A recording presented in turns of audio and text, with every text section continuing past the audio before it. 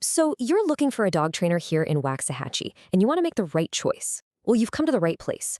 We're going to walk through everything you need to feel confident about picking the perfect professional for you and your dog. And this really gets to the heart of it, doesn't it? Life here in Waxahachie is special. Think about it, being able to have your dog with you, calm and happy, whether you're down by the courthouse square or just enjoying a walk, that's the real goal. And good training is what gets you there. Okay, so here's how we're going to break it all down.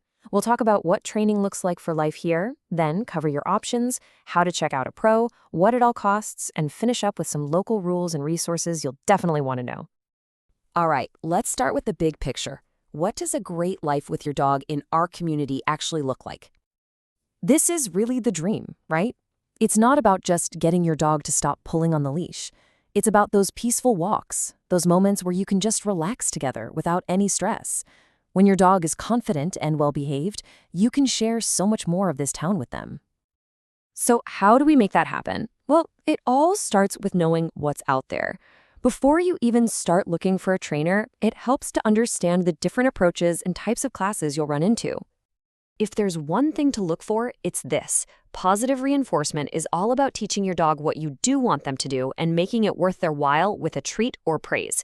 It's a method that builds an incredible bond of trust between you two, and honestly, that's the foundation for everything else. Now, you'll generally find three main ways to train. You've got group classes, which are fantastic for getting your dog used to other dogs and people. Then there are private lessons, which are perfect for tackling specific issues that pop up at home. And finally, board and train programs, where your dog stays with a trainer for an intensive learning experience. Okay, now that you know what you're looking for in terms of methods and formats, let's get into the nitty-gritty. How do you figure out if a specific trainer is the real deal? You know, all these letters might seem a little confusing at first, but they tell you a lot. Something like CPDTK means that a trainer has actually passed a real test on their knowledge. And if you're dealing with bigger issues, like serious anxiety or aggression, seeing a certification like IAABC, CDBC, tells you this person has a much deeper level of expertise. They show a commitment to education and professionalism. So when you get a potential trainer on the phone, you should have these 4 questions ready to go.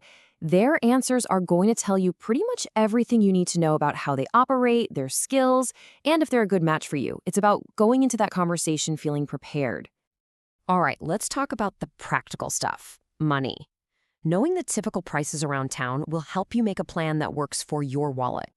Just to give you a quick baseline, this is the general range you can expect to pay for a single 1-hour private lesson right here in the Waxahachie area. It's a good benchmark for that one-on-one help. In this table gives you a much fuller picture. You can see that a standard 6-week group class for puppies or basic obedience is usually going to be somewhere between $140 and $250. But then look at the difference for something like a 2-week board and train. That's a much bigger investment, often running from $1,200 to $2,500. Seeing it all laid out like this really helps you weigh your options. Okay, for our last section, let's bring it right back home. Because at the end of the day, training is all about being able to live happily with your dog right here. And that means knowing the local rules and the best places to go. This is a big one.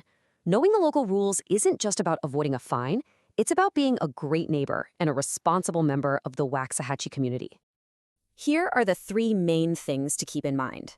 First, the city's leash law is no joke. Your dog has to be on a leash anytime you're not on your own property. Second, a current rabies vaccination is required by law. And hey, here's some good news. You don't need a separate county pet license in Ellis County. Just make sure that rabies tag is on your dog's collar.